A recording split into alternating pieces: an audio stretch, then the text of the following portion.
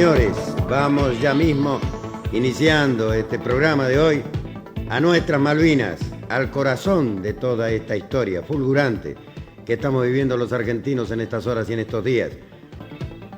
La historia de estos días tremendos se escribirá naturalmente cuando haya pasado esta tormenta y ya veremos cómo somos analizados cada uno de los que estamos jugando esta historia. Nosotros queremos decir que sospechamos que más allá del 2000, Costa Méndez será una figura consular de esta historia que hemos vivido. Señores, nos vamos.